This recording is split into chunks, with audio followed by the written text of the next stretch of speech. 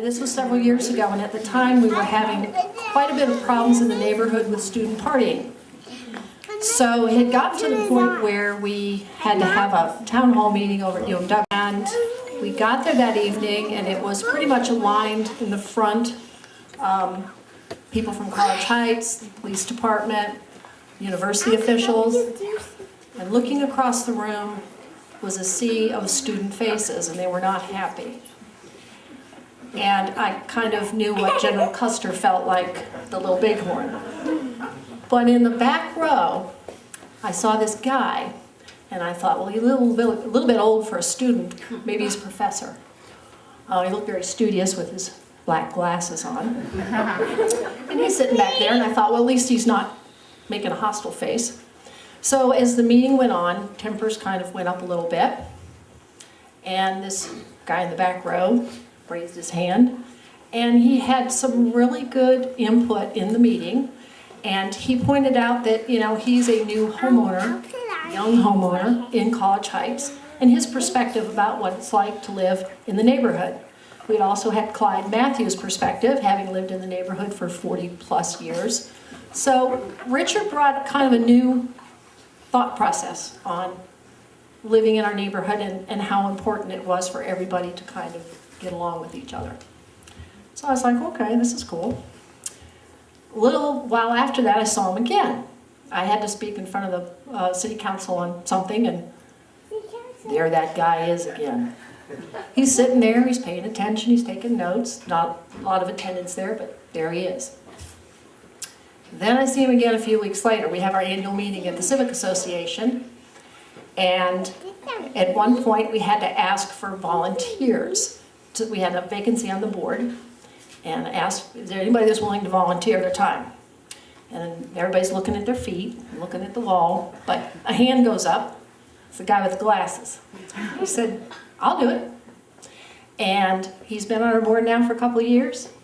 And every single time that he's asked to do something, it's not, oh, I'll get around to it. It's done. And he's very task-oriented. When he has a project to do, he doesn't wait around, he gets it done. He's also brought a real fresh perspective to our board. He has managed to bring us into the 21st century with, we got a Facebook page. He revamped our newsletter to get communication going in our neighborhood. So he has been a real asset to the College Heights Board of Directors. I have to have my cheat sheets here. And in addition to being on the board, he's also been on the Wetlands Board, Board of Zoning Appeals, and then he applied to and was appointed by City Council to be on the Planning Commission, and he is currently the chair of the Planning Commission. So Richard does know and understand how this city government works. That's not to say that he just goes along with status quo. If it ain't broke, don't fix it, but if some new ideas need to be brought forward, Richard does that. As an Eagle Scout, it was promoted as part of the Scout culture that you should be an active citizen of your community and of your nation and the world. And I think Richard shows that. He shows that involvement does make a difference. Richard currently works at George Mason in the public sector, but he's also worked at an engineering firm in the private sector, so he understands how both sides, public and private, and I believe that he will be able to use both sectors, bring them together, perhaps to bring some more economic development to our city. It's going to take cooperation from both sides to do that, and I think Richard knows both and can do that for us. He and Bethany are big believers in education. Richard's currently working on his PhD in public policy and environmental engineering, and Bethany has a master's and is working on another. So they believe in education, and I know Richard wants our public school system to be the best it can possibly be, because in a few years he's going to have Benjamin and Samuel going to school in town. So he's got a vested interest in education.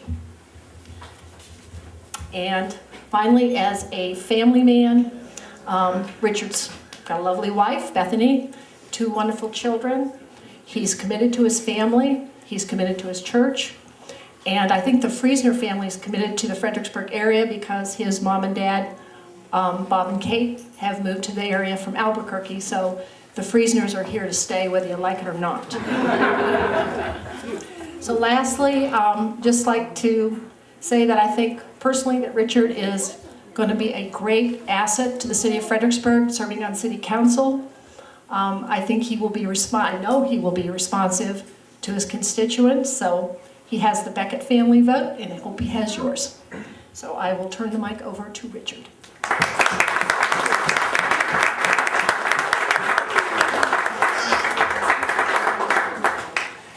So I have some notes. You have to, and it's only about 15 pages, so don't worry.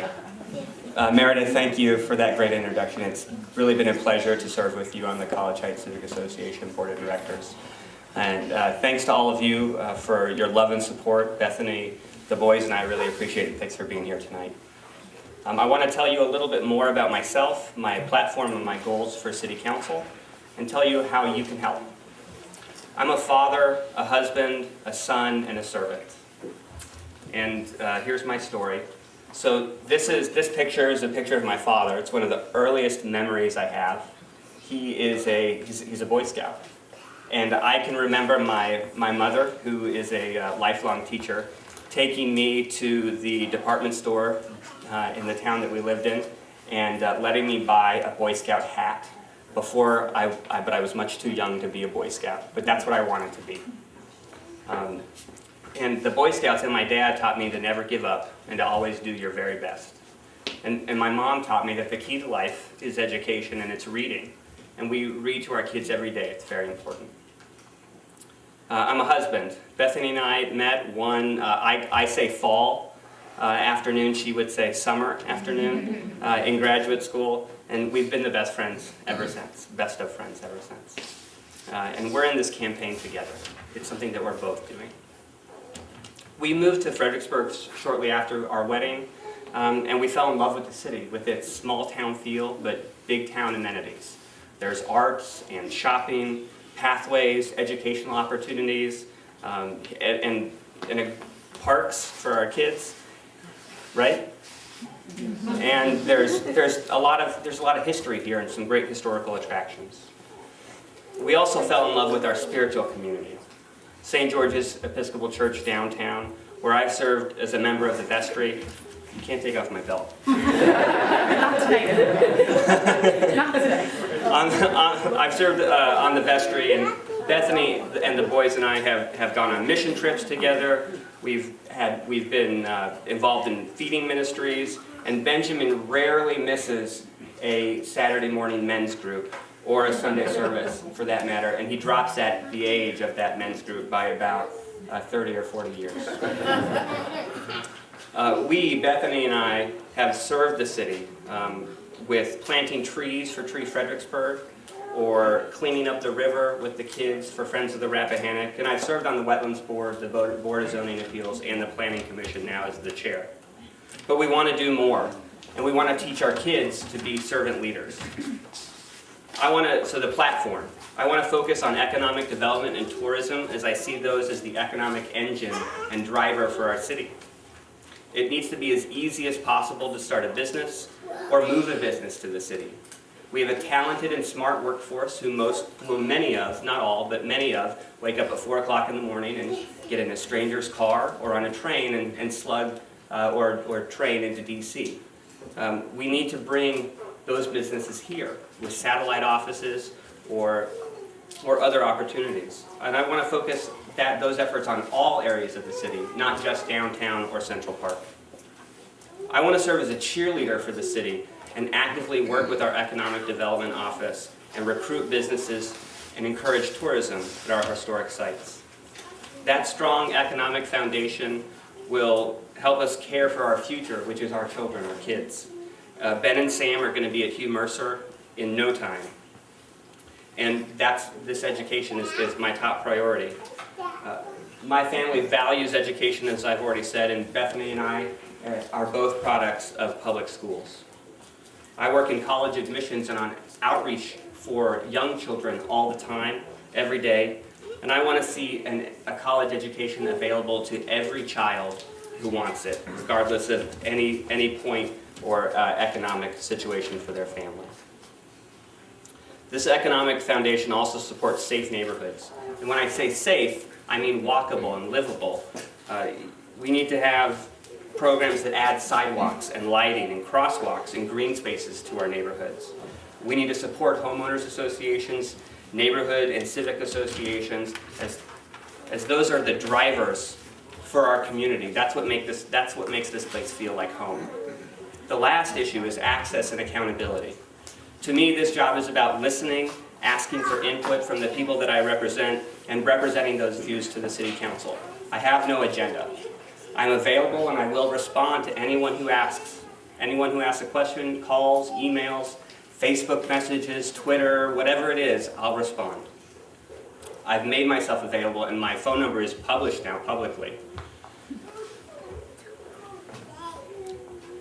I will hold 2 forums each year to get input from the people that I represent, and I'll regularly attend community meetings and events like First Fridays here.